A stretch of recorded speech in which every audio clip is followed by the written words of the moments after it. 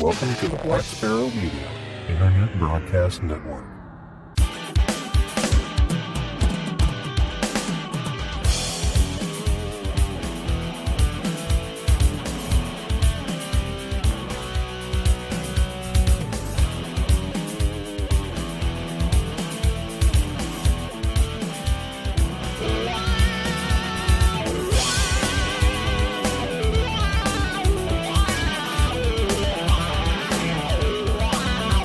You are listening to Linux in the Ham Shack. LHS is a podcast about Linux, open source, and amateur radio for everyone. Now here are your hosts, Russ, K5TUX, Cheryl, W5MOO, and Bill, NE4RD. Well, hello everybody and welcome. You have tuned in to episode number 504 of the most terrific amateur radio podcast on the internet. This is Linux in the Ham Shack, and this is our, at this point, long-awaited deep dive episode, because I think it's been almost 3 weeks since the last one came out, but life has not been easy for me for the last couple of weeks. I don't know, before we dive into this, how's life going for you, Bill? It's busy. Yes. Yes. Yeah, not quite as chaotic as yours, but like scheduling wise, yeah, it's been psychotic. All right, let's get into the meat of it here, and we'll go ahead and introduce ourselves. We have I'm Ross, K5TUX. Cheryl, W5MOO, will not be here, literally because she can't be here. There is nowhere in this house to podcast from for her. Her office is empty. My office has everything in it, so there is literally nowhere that she can podcast from. So due to that, she is not here. But we do have... And I'm Bill, NE4RD, in my garage, yes. So exciting. I guess I could have set her up out in the garage. She probably would not have appreciated that much, but... you could have gone out there too, right? You could have been out there. Well, I could have been out there. Had all the bells and whistles out there, that's for sure. Yeah. Could have smoked a cigar, though. Yeah, you could have had an enjoyable time. In the meantime, I guess I'll just sit here in the middle of my mess, and we'll get along with our deep dive topic for tonight. So a week or so ago, I suggested the idea of talking about portable operation because it is a topic that I think we have touched on from time to time, but we've never really delved into the idea of portable operation, like where you go, what you need, what you should bring, things like that, all of the considerations for doing portable operations, like lightweight equipment and stuff like that. But Bill has actually done some portable operation, and he also wanted to roll in some of the on the airs, like the parks on the air and summits and so on, which all pretty much have to do with portable operation. And since he is the expert in this field, because my experience with portable operation is 2 meters in the car, we'll let Bill take it from here with his scintillating syllabus of notes here. But I'm sure it'll all be fascinating, and I'm going to learn a great deal about all of this portable operation that I will likely never, ever do. Well, geez, yeah. Well, you just grab your Baofeng and you're all set. That's all you need, right? Your portable ops. I don't even do portable ops at Hamvention. I have a radio with me. Oh, that's true. Use it. Well, it's such a bad place to do RF. Strangely enough. But anyway, yeah, we're talking about portable operations, and I guess if we think about it, portable operations, yeah, they come in many forms, right? We could talk about de-expeditions, how you pull off a de-expedition, like Bouvet Island, like they just did, is how to spend several $100,000 on how many QSOs did they do? Like 1,200? Something like that. 12,000? No. Far less than they wanted to. Yeah, it was like $37 a QSO or something we figured out, or something like that. Yeah, crazy. Yeah, crazy expensive. So like that's one kind of portable operations. I am not qualified to even discuss that. So yeah, we won't be talking about those kind of portable operations. We're really trying to talk about things that you would do on your own. Which I mean, you could be some islands on the air. I have known some friends that had boats, and they went out to the dry Tortugas and stuff like that, and actually activated some real islands, not U.S. islands on the air, but actually IOTA numbered islands. I mean, there's always kinds of possibilities of doing stuff like that. Although the U.S. islands on the air are pretty interesting because you also have like lake islands and stuff like that you can put on the air. That would, kind of fall into this category of, personal portable operations. Parks on the air is real popular right now. A lot of parks being activated on a daily basis ever since they did the NPOTA, the National Parks on the Air special event. What was that, like 3 or 4 years ago? That was super popular. And then Summits on the Air has been really popular for, God, I don't know, how many years is it? I mean, like at least the last 10? Has that been going on for at least a decade of like popularity where it's been in the mainstream? I think so. Maybe longer. I feel like there's never been a time when I wasn't thinking about soda at some point. I mean, obviously it's not that old, but I just feel like it's always been part of the lexicon. So yeah. So and it's it's just one of those things. There's also mines on the air. I think we've mentioned that before. MOTA, which is basically finding abandoned closed mines and some active mines. There's trains on the air for people that do. So would ships on the air be Boda? Boda, Bodie big Bodie face, Boda, big boat. Yeah. And of course, there's lighthouses on the air. Yeah, there's so many OTAs and stuff like that, and probably too much for the scope of a single deep dive. So what I was kind of thinking of kind of just focusing on is like parks on the air and summits on the air, because that's two things that I have done. And then of course Russ mentioned field day or winter field day would be another one. Totally doable, single op, single radio, single everything. Totally doable by you. I mean, even like contesting, I've done 3 county line, being a county line activator for QSO party as well. Those you actually have to go leave your house and go find the actual corners of counties. If you can get on 4 counties, that's even better, because every contact you make 4 contacts basically in the log for more points. So how do you get started in all this stuff? I mean, you see, we have lots of websites now and lots of content kind of being dumped out there on a daily basis about activating and, different gear and different antennas and different places to activate and stuff like that. But I kind of just threw down some header items that you want to consider when you're actually going out and going to do some of these. Do you need a very specific battery? Do you need do you need solar? Do you need a certain radio? Do you need to know CW? Do you need to know this? There's like so many different things that, may or may not even be an issue. So let's kind of just break it down into the list that I have here. And the very first one we're going to talk about is power. Your power requirements are going to be different based upon a few things. One of the things is your radio that you pick, but we're not going to talk about the radio right now. But let's just assume that you're smart enough to figure out that you need so many amp hours for your operation of your radio. And that's going to be different based upon how much amperage your radio draws when you actually talk into it, or if you're going to be talking into it, or if you use CW, banging the key. There is duty cycles to consider, and there is a lot of listening involved. So your radio is going to be in receive mode more often than it's going to be in transmit mode. So you might not need as big a battery as you actually think you need. Should you actually need a battery? Now, if you're doing a parks on the air, and I see that KJ5T here has some pictures of a bench that he went out and did. And I mean, that's an option. I see a nice road sitting there, or that might be a sidewalk there for a bike path, but You can, I did a Parks on the Air, did a National Parks on the Air event. And we brought a generator because it was, parking lot,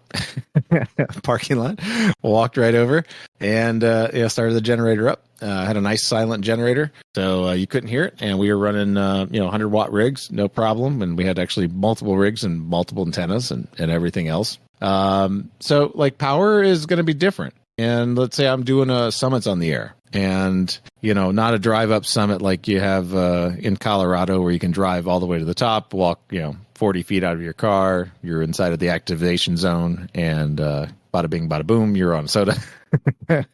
One that you actually have to walk into the backcountry for, let's say, 5 miles, 7 miles, something like that. And everything you bring with you is going to be weight dependent. And this is when really choosing that power supply is going to be fairly critical because that the powering, you have to think about a few things. How long you're actually going to be on the radio. So how long you're going to be in the activation zone, how big your radio is, and what mode you're going to be operating. So those are kind of like was that 3 items? Is that 3 categories? Yeah, sounds like 3.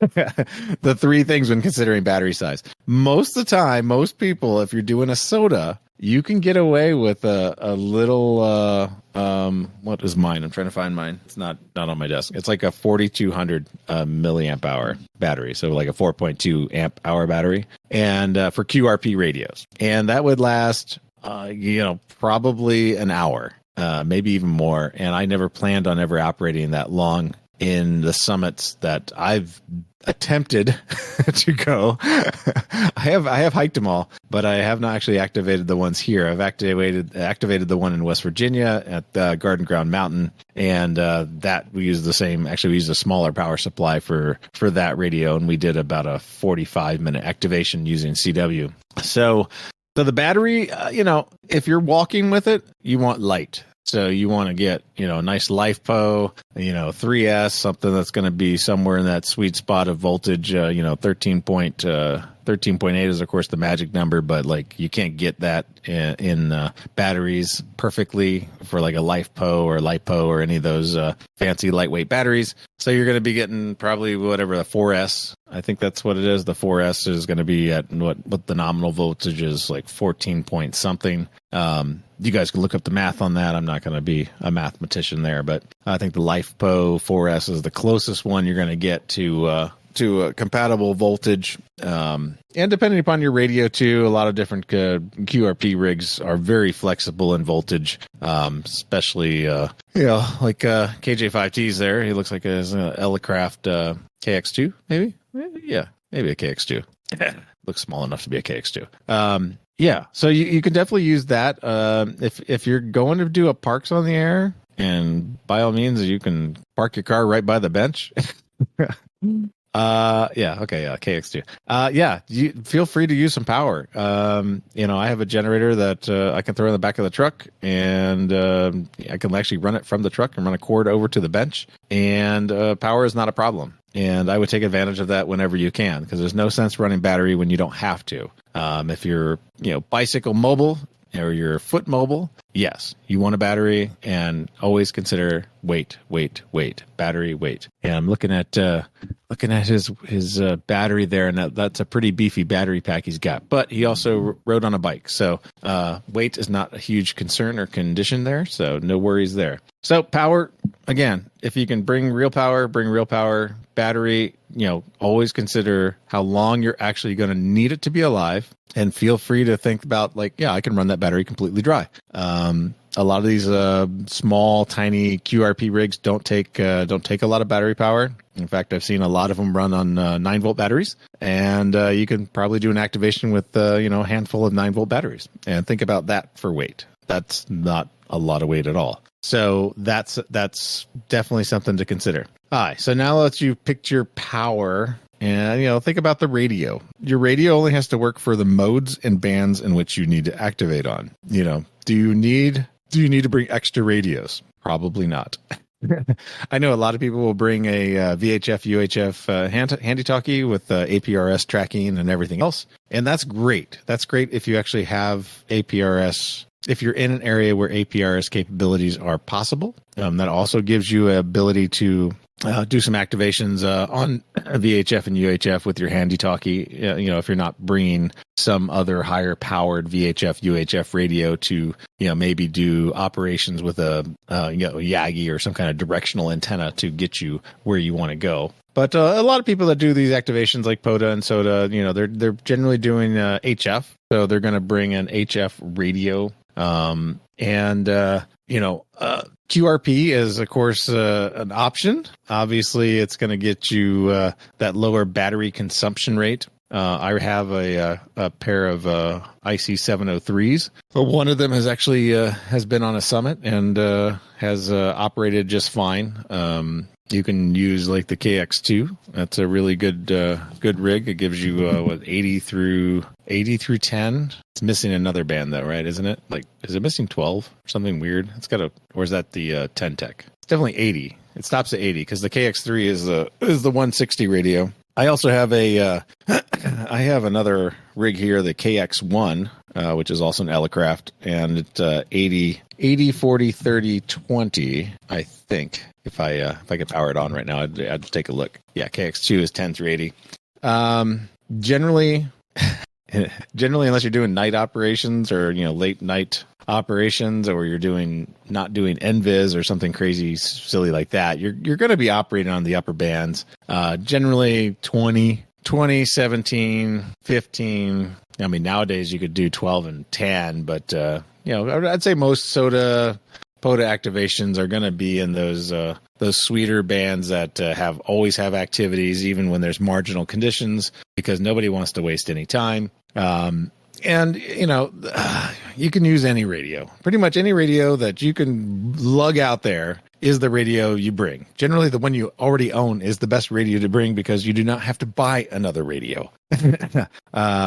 You can buy a purpose-built radio, yes, and be prepared to spend a lot of money for it. Yeah. But you don't have to. You can, I bought both of these 703s used. I think they were $400, maybe less than $400 a piece when I bought them, and they're probably even cheaper now. I don't know.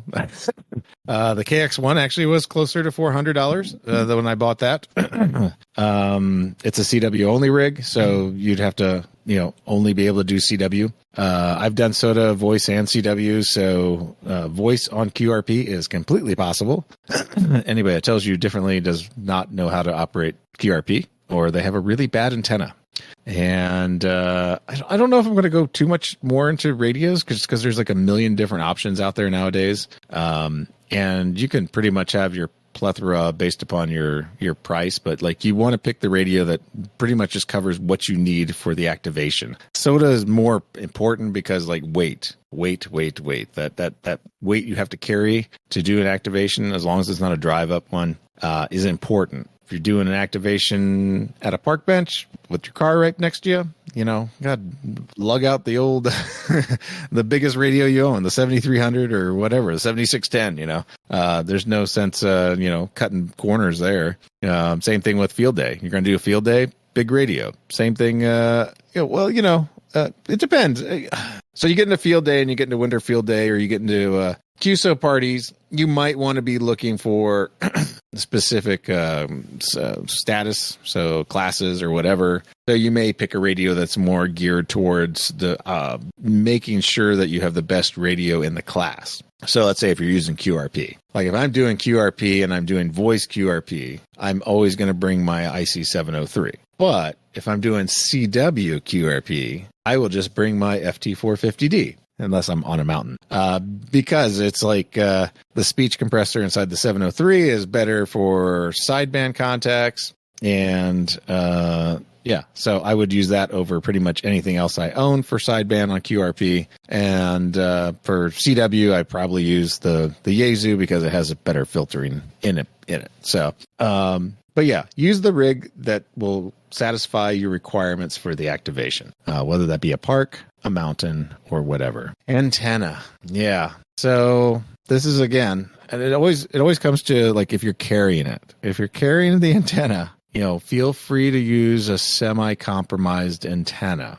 Would you or should you actually use something like a 9-to-1 on long wire, end-fed half wave? No, probably not. Not when you don't have to. If you can bring a tuned half wave, end-fed half wave antenna for the band you need, which they have some that are multi-banded. For those activations that require a lightweight antenna, that's a good option because generally you wouldn't need a counterpoise, so you're only throwing up one wire into the air. And generally, you don't have to carry around a tripod and a bunch of other stuff. Generally, you have to find just a tree or somewhere to throw a wire up. But I will tell you, if you do really tall mountains, you have nothing to throw your wire up into because you're above the tree line. So bringing, your fancy end-fed half wave is now not really good unless you're planning on bringing a kite to fly it up into the air for you, which I have done. Kite deployed antennas are interesting, and I always carry 2 kites in my bag should I ever need to use one. Would I actually do it? I don't know. I haven't been forced to do it yet. But it is an interesting way to deploy an antenna where you have no other place to hang your wire. For like a POTA thing, if you're driving up, I'm looking here again at the KJ5T's antenna here, and he's definitely got a tripod and a vertical. Those are great. Yeah. The best you can bring that you can fit to carry. I have a larger N6BT vertical dipole that runs 20 and up. A little bit of jumper wires to get it tuned up. I've used that for portable field day, portable QSO parties, county line activations, and whatnot. That antenna is great. Why is it great? Because it's like 97% efficient. That means every last drop of my QRP signal I drop into the 13-foot of coax, which really doesn't have any loss, maybe half a dB of loss, gets out into the air quite rapidly, and it's the best bang for the buck when you're doing that kind of stuff.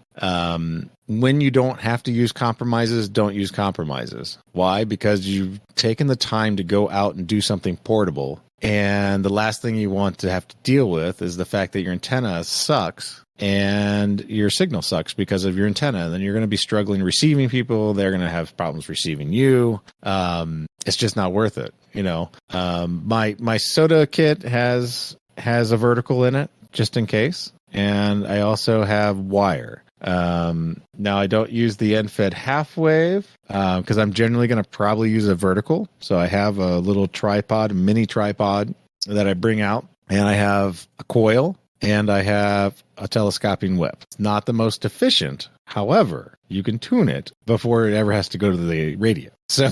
So you can get it pretty close for efficiency wise. You'll end up with the same, loss through the stainless steel and everything else. I mean, there's mathematics out there. You can look at the losses. However, you don't have the same losses going through, like an end-fed half wave where you have coil loss and, transformer loss and, other dynamics playing into effect there. There's things like a buddy pole. A lot of people do use those. They're a little bit more bulkier to carry. I wouldn't see many people using those on a mountain. The mag loops, like the little walkie mag loop thingy, Alex ham loop, I think, right? So Alex loop, yeah, the Alex loop, yeah.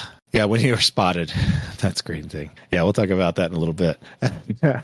Yeah, the little the mag loops are great. They're high Q. They're not a perfect fit. They do work. So don't discount that. They do work. They're very high Q. They're very high loss, lack of efficiency. There are spreadsheets you can look at that calculate every possible band based upon your loop, and you can look at those efficiencies. Again, those efficiencies are important because you're carrying wire with you, whether it's in a loop or it's in a roll or it's on a little kite string or whatever. You want that wire to be the best thing you could bring with you for what you're doing. And you don't want to waste your time trying to fiddle with things.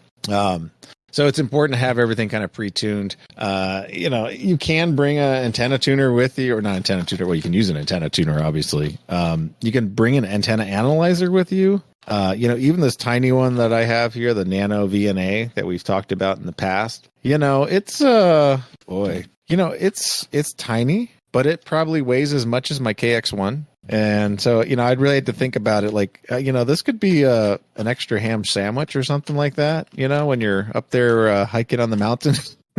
Food and water become a little bit more important than extra gear, especially for stuff that you should have done at home, like, retuning your antenna, making sure it's already close and everything else. I highly recommend using power poles for creating jumpers for different lengths of antenna. So that way, if you want to extend your antenna, use the power pole connectors. Those are super awesome because they just click together and you're good. You can make your antenna. You can buy an antenna. Let's see. I'd say Darren has a comment here. So when you're going on a POTA trip, you set up an auto script at home to spot you. Yeah, there's a way. So yeah, let's keep on antennas. So if you're SOTA lightweight, pre-tune it. Make sure you're bringing stuff with you that you need. Don't bring anything with you that you don't need. I will say that one time we went up on the mountain and we were going to run CW, and I didn't bring a key. Actually, I didn't bring the adapter for the key. We brought the key. The key had the had the 1/8 inch adapter on it, or a 3.5 millimeter adapter, and it needed the 1/4 inch adapter. And I did not bring the 1/4 inch to 3/8 or 3.5 millimeter adapter with me, which was slightly tragic. However, I had the IC703, and I, of course, had my microphone because I'm a sideband guy. And I'm like, well, I think you can just program the microphone, the up-down keys, to be your actual paddle. And sure enough, we flipped it in the menus. So knowing your rigs and knowing what they're capable of doing. And actually, if you look on the K2BSA YouTube channel, you can find a very short clip of Mike Crownover 85A doing CW using the microphone as the paddle. The up-down keys as the paddle for running CW on the IC703, which is sitting here on my desk. So yeah, radio, antenna, power, we got it, right? We got all that. Modes. Sideband, CW, FM, satellite. You guys know all the modes. I hear more and more people are using FT8 on some of these activations. And in fact, you can find some portable kits with FT8 already kind of pre-baked in. And it's kind of intriguing. It sure in the heck would be really quicker to make contacts. I don't know if the context of the activation is lost on the other users that wouldn't necessarily be hunting you. And I'm not sure, like, I haven't seen a SOTA activation. I guess that's where I'm at. You could definitely do a POTA activation and stuff like that, because you can just put it in the log. And yeah, I think it's legit to claim points if you're doing FT8. I've seen enough of that now that I think it's got to be legit. I don't see how it wouldn't be. That was from Darren asking that question. I would, no. Again, it's making the hobby more accessible. We've had this discussion before about FT8, and I think even we talked about it in context with Dan, KB6NU's blog post about FT8. So even tongue-in-cheek, we talked about it. Any mode, again, think about the mode you're using, the duty cycle of the mode. If you were going to be like a heavy FT8 user on an activation on a mountain, yeah, your battery would get chewed up pretty quick because it's pretty much 50% duty cycle. So that's not normal. Where you're basically burning your battery pretty quick. So your battery wouldn't last very long. Your activation would be really short, and you'd have to rely on people knowing about it. So, doing things like what KJ5T's just said is that make sure you're spotted. And in fact, with SOTA, you can actually pre-register a spot on there, so everybody knows you're activated, and you put your plans on there as well.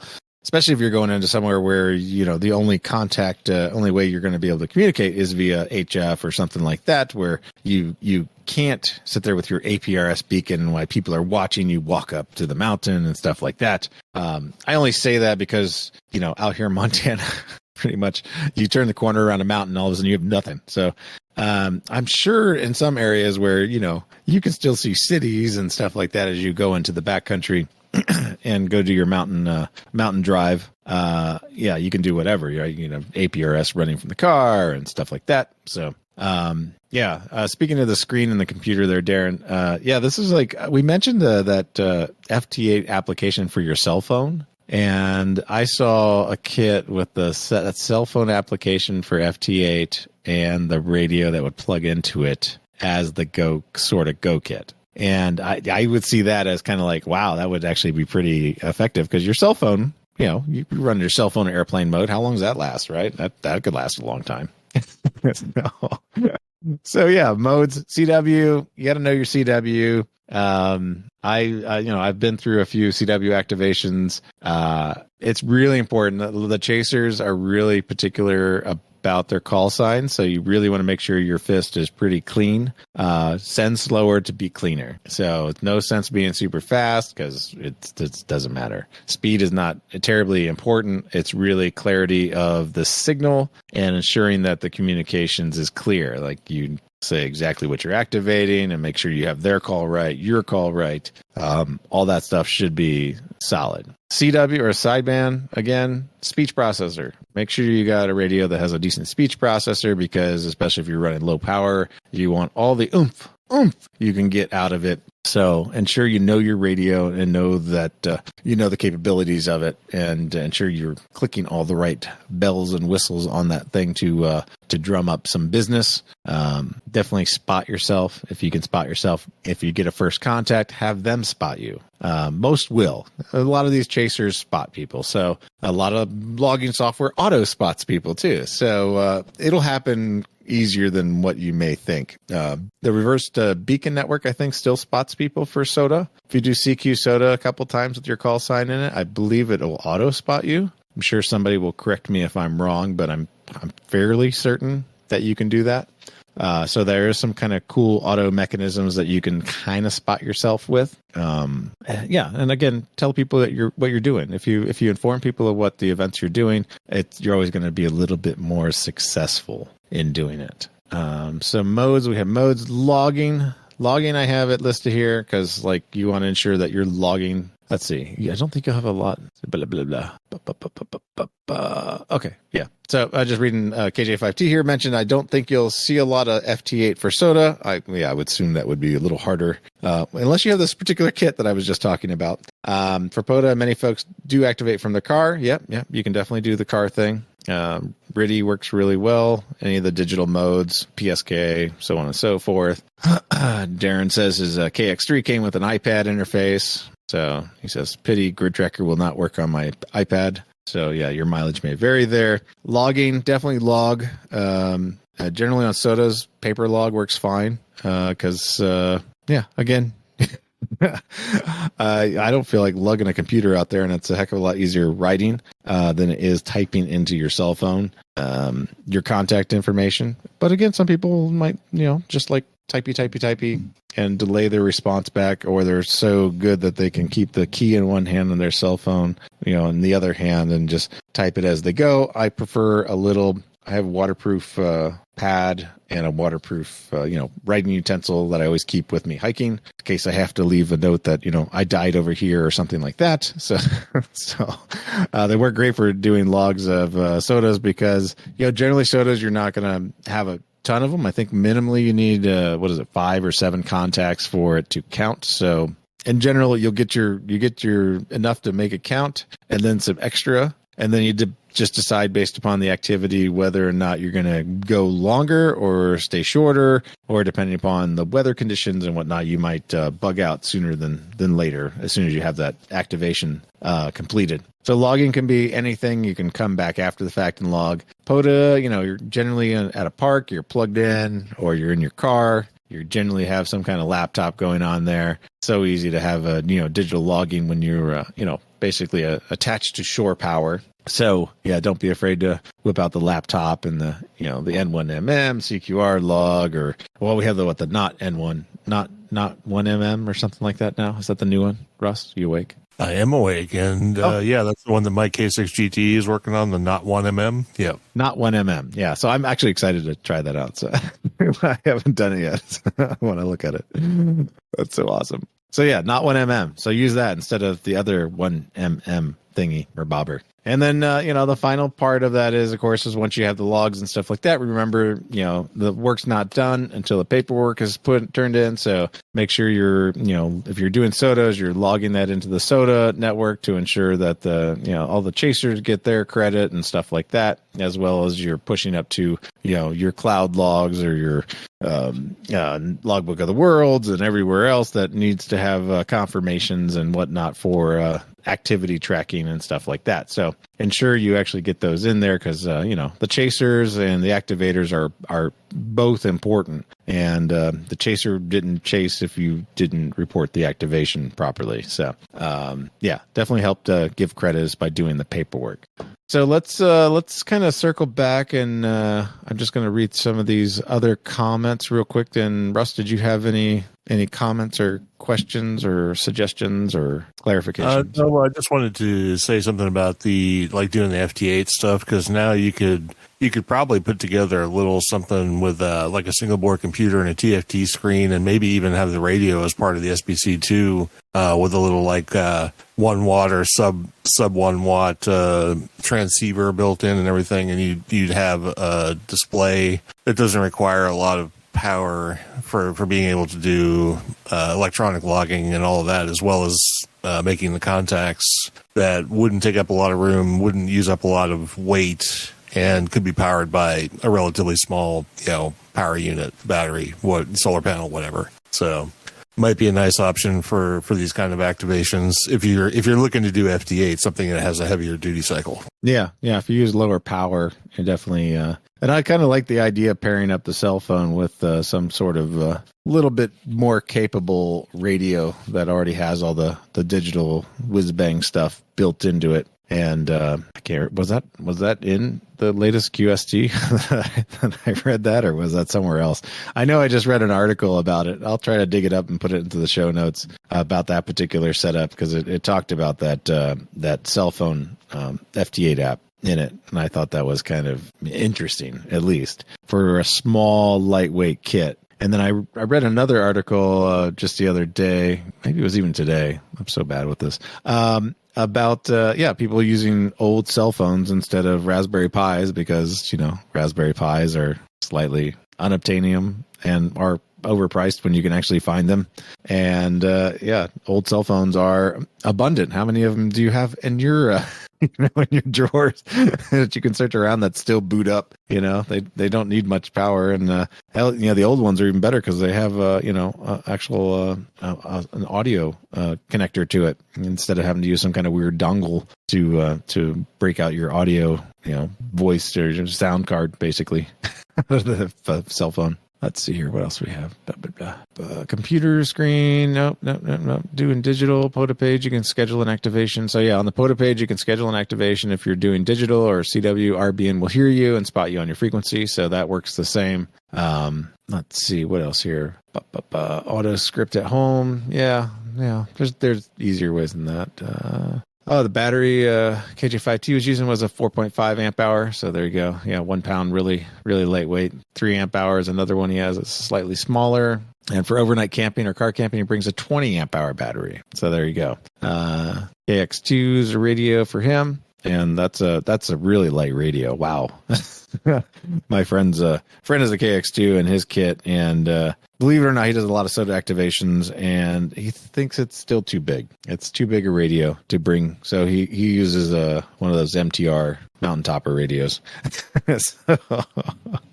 And he complained about my KX1. He said the KX1s are loud. He's like, they're kind of clicky when you're close into it. You don't notice it if you're on the receiver end far, far away. But he says if you're on the same mountain with other people doing an activation, he's like, the KX1 is a bit loud.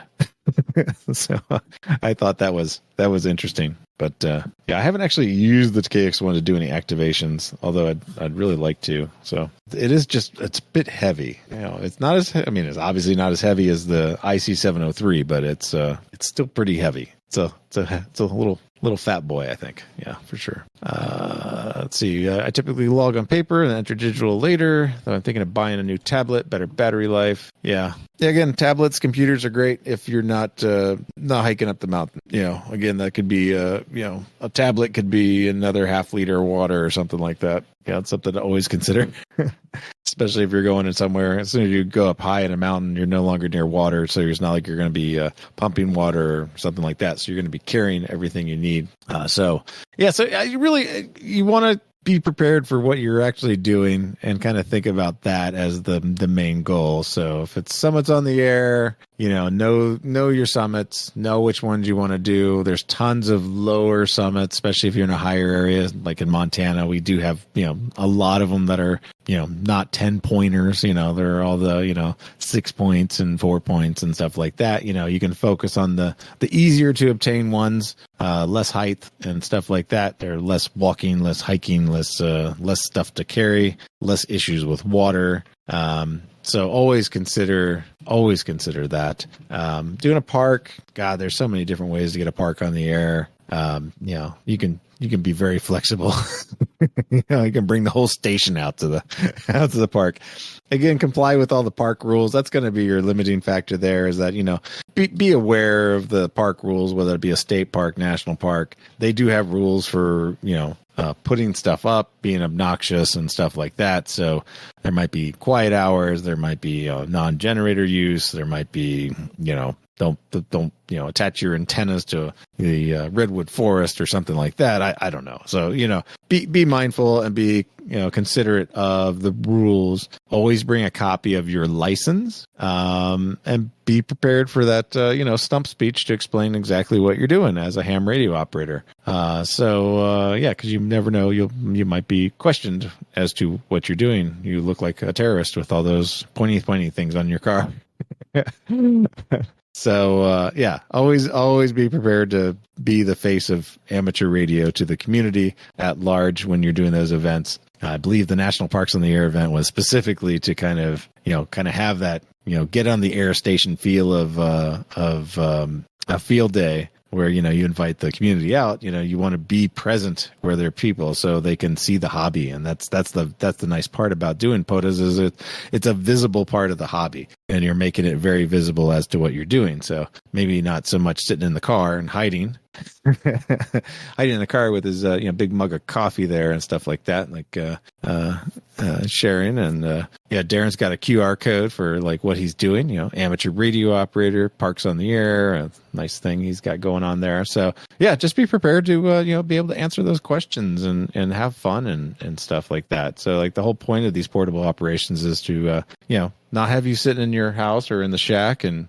operating and just kind of going out and experiencing a different part of the hobby. And like we talked with Neil a few weeks ago there about satellites. That's portable operations too. And he does a lot of satellites from the mobile rig in the car, and it's a lot of fun. Or like we've seen him in parking lots. You saw him at a hotel parking lot working one as well. Yeah, he was just getting set up to work some satellites from his car, a mobile installation at a hotel parking lot. Just happened to roll up on him and was like, "Oh, well, how you doing?" Exactly. So, portable ops can be anywhere. It can be just mobile ops. Even that's kind of generic, in your car and stuff like that. But it's still all the same thing, right? You think about installing your antenna in your car. You think about how you're going to wire it. Is it plugged into the cigarette lighter? Well, if it's a 100-watt rig, you're not plugging in the cigarette lighter. You're going to wire it directly to the battery and stuff like that. So yeah, it's just all about thinking about what your purpose for your particular radio use is, and just executing it all as closely as possible, and staying in budget, whatever that budget may be, and try not to collect too much stuff like I have in my desk here. So but yeah, do it smart, and plan, and try to like I say, focus on getting that antenna. Especially for portable soda ops and stuff like that. Get an antenna that's as efficient as you can bring, that's lightweight. Don't bring an antenna you have to use a tuner with. That's just stupid. You can do that at home all you want. But if you're going to go out and spend time and, make the effort to do this portable operations, take a little extra time, get that antenna totally prepared, and have very few things that you have to worry about once you get there. Yeah, you're still going to have the bad coax. You're still going to have this that occurs just because, that happens. That's Murphy, right? He's always going to inject himself into the possibilities of what you're actually doing. But with a little pre-planning, you can have the right antenna, Yeah, just because you can have every band because you brought that 9-to-1 on. And, if you put 123 foot of wire on it, you can, do 160 through everything with your tuner. Is it the best antenna? Nah, not really. It works. Yeah. I mean, you can always put something up that works, you can, light up water, right? And, water can be an antenna. But yeah, spend a little time, get the right antenna. Don't just go and grab an antenna that's marketed for soda because it says soda on it, on the website or whatever. Spend a little time, understand the efficiencies of antenna, understand the compromises you're making by getting a certain antenna. Much like my vertical, I know it's a vertical, with a telescoping whip. It's not efficient. However, I know I can get it tuned and not have to use the tuner. So I know I can get back some of that loss that would also be included in a non-efficient antenna, should I actually have to run it through the tuner and let the tuner swallow it all as well. But yeah, know what you're getting into, know the antenna, bring a radio. You don't have to be QRP if you don't need to be. I mean, if you're POTA and you can plug into the car or whatever, why would you run QRP? Unless you're trying to compete in a contest for a certain class, why would you run QRP? Because you don't have to. Yes, the difference between QRP and 100 watts is probably a S unit and a half. But still, if you don't have to, you don't have to. Yeah, I think that's kind of the gist. Some of us like the thrill of QRP. I do too. I mean, that's why I have a lot of QRP rigs sitting right here. But yeah, I mean, I put my IC 703 against a lot of others because of the speech compressor on the sideband. So I just think that's a winning combination. If I could get that on all of my other rigs, like my Yaesu and stuff like that, I'd be really happy. So, but yeah, I'm sure they'll get lots of comments on it, like, hey, you're stupid and don't know what you're talking about. Because yeah, it's true. I don't know what I'm talking about. I've done it a few times, and but I in general, I think these are good options. Good practices.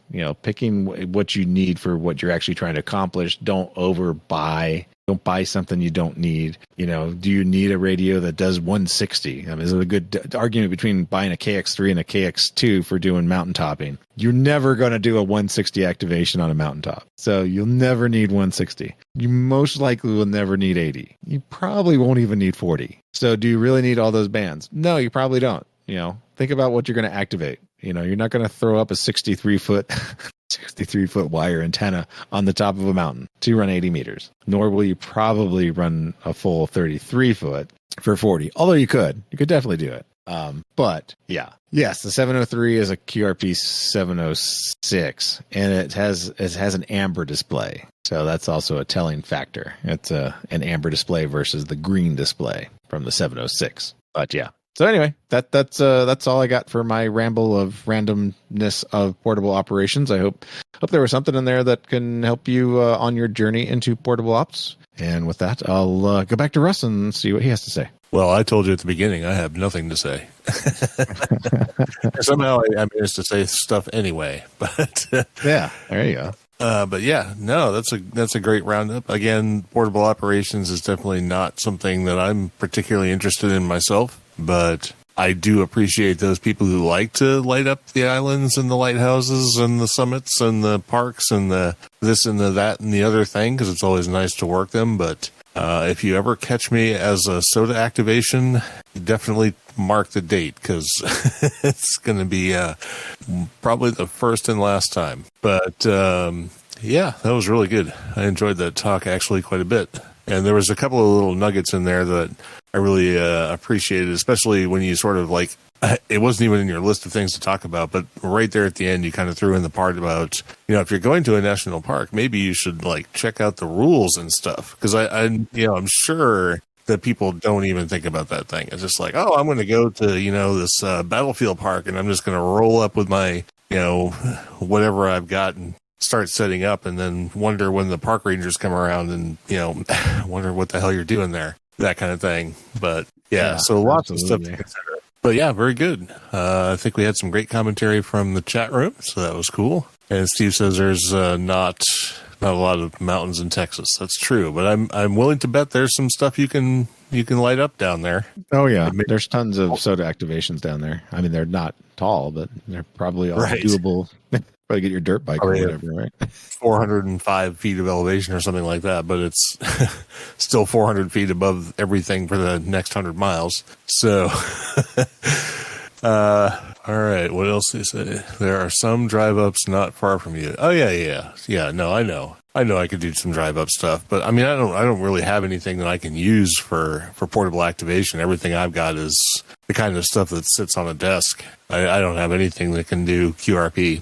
I might invest in some sort of lightweight HF rig or something. Like one of those U-bit X's would probably be pretty cool for absolutely, for or something like that. But I don't have any of that gear right now, but it is what it is. All right, so I guess with that, we're going to go ahead and move on to our little closing segments, so we can wrap up real quick here and get on with the rest of our lives. At least until we manage to get another one of these episodes out. I have a feeling that next weekend is not going to work because I'll be in a hotel. And you'll be driving. That's right. You'll be on the road headed to parts unknown. Yeah. Florida.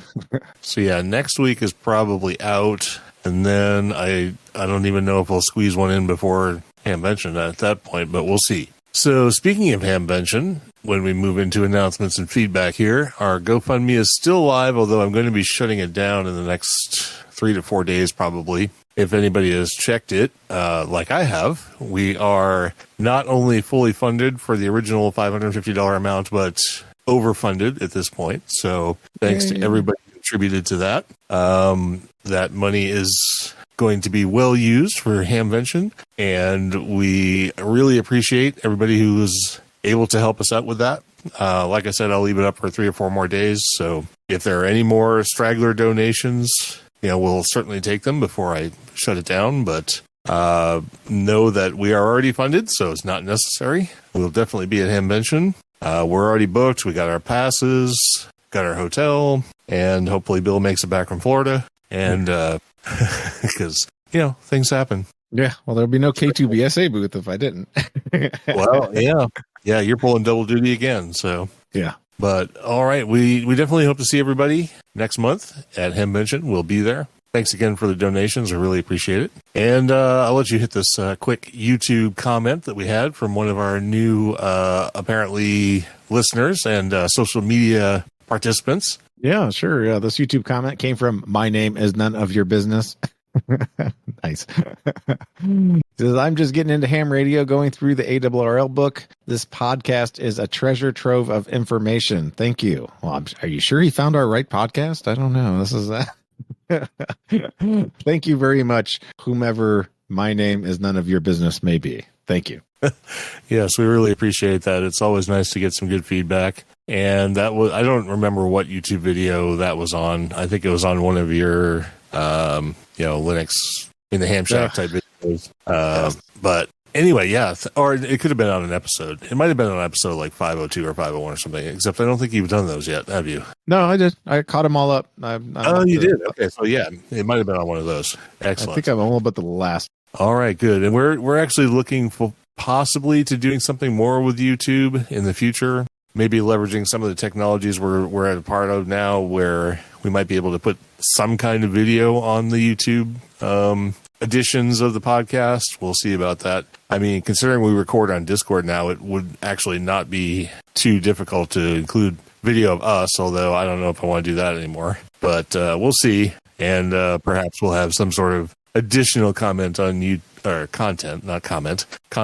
YouTube in the future. It'd be nice to have something other than just an audio track with no video or a title card. So yeah, maybe one. We keep saying we're gonna maybe one day. We don't. Maybe you're on episode 1000. Yeah, it'll be an episode 1000 trick, right? Maybe we'll have ChatGPT decide for us. ChatGPT, will you make us a YouTube video from our episode? Thank you very much. Hugs and kisses. All right. Actually, can it do like voice transcription? Can we get it to do the social media roundup? Actually, well, I think you can. You can pipe it through voice engine, can't you? So yeah, I think so. Yeah, we could definitely do that. I had a whole podcast that was done text to speech, so I finally stopped that when I went to Ireland. I was like, I'm not doing this anymore. It's just stupid. All right, let's go ahead and get through the new subscribers, supporters, and live participants, and then we'll go ahead and wrap up here. For subscribers and Patreons, we had Jonas Rulo, which I didn't check to see if he had like gone away and then come back, or he's just doubled up or something. But anyway, either welcome back or welcome again or whatever it is, Jonas. Thanks for subscribing to Patreon. Maybe he moved from PayPal to Patreon, something like that. I don't know. Could be, yeah. And then we also had Raymond Rich, so thanks for joining. On Facebook, we have Ren Hook, who's actually a friend of ours. His name is Eric, and if anyone doesn't know who Ren Hook is, it's the Ren of Ren and Stimpy. It's just the name he uses. But then we have John Mad Dog Hall, and if you don't know who John Mad Dog Hall is, well, you haven't been anywhere, because he's everywhere. And then we have Daniel Bott, and I don't know if Daniel Bott is Daniel Bott's real name or if it's a bot named Daniel, but he followed us on Facebook. So on Twitter, we have OK Rogues. On YouTube, Syed Junaid Ahmed. The aforementioned My Name Is None of Your Business. Guilherme Gervasio, Damian Calloway, and McKellar, something like that. On Discord, we had Dan Vesda. How Do I Shoot? Jim WU3K, Big Boar Battalion, Klungarar, and Page Runner. On Instagram, there's one of these. I have no idea how I'm going to pronounce it, so I'm just going to roll with it. There's US5FLV, Alex's Radio Shop, Dan the Radio Man, Electronica Wedlugzulia. Sure. At Kavacha, you want to give that one a shot? No, that's good. That was good. Okay. At Kavacha, Arkin_Sawyer, and teddybear.ice62, which I thought was like a porn account, but no, it's actually a real guy. He's from Italy. he's an IK call. So, it's just, I was wondering, it's just one of those ones we don't need to mention, but nope, he's an actual ham. So on Mastodon, we had Pilfer, Steve Stroh, N8GNJ, Linux Rules, Smiley, Richard M1HAX, gotta emphasize the M, Mike, being the British ham that he is. Scott N4JN, KB7YS Stacy, Dan KE8SMQ, J Mo, and SA0BIB/Johan. We didn't have any merchandise sales this time around. We did have a couple of people join the mailing list. Dick KF6UX, got to be careful with that call sign, I think. And Rich N1NDF. So thanks for joining on the mailing list. And then tonight, where did that Jonas come in? Did you type that? Yeah, Bike Me just answered your thing. He said he had to re-up because it stopped charging him. Oh, yeah, I didn't switch back over, so sorry. Yeah. Gotcha. So thanks, Jonas. So Jonas Rulo is obviously in the chat room. And we had Ted, WA0EIR, Darren, VK60K, Steve, KJ5T, Steve, K7HVT, and John, K1BTZ, as they say in Canada. So that brings us down to the end of the show. Sorry about all of the confusion and delays and everything and getting an episode out, but as anybody who's been following us anywhere knows, things have been really, really crazy, and I don't know what our schedule is going to look like until Hamvention, but we'll put them out if we can. So hope you all have a great week. Hope to see everybody at Hamvention, and we look forward to the next time we get in touch with all the rest of you. So this has been episode number 504 of Linux in the Ham Shack. I'm Russ, K5TUX. And I'm Bill, NA4RD 73.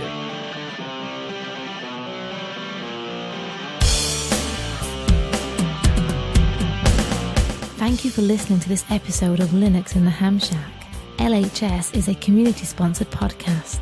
Our website is located at lhspodcast.info. You can support the podcast by visiting the LHS Patreon page at patreon.com/LHS podcast or by using the contribute list on the homepage. We have a presence on Discord, Facebook, IRC, Twitter and YouTube. You can also drop us an email at info@lhspodcast.info or leave us a voicemail at 1-909 LHS Show. That's 1-909-547-7469. Visit the online LHS merchandise store at shop.lhspodcast.info for fun and fashionable show-themed merchandise.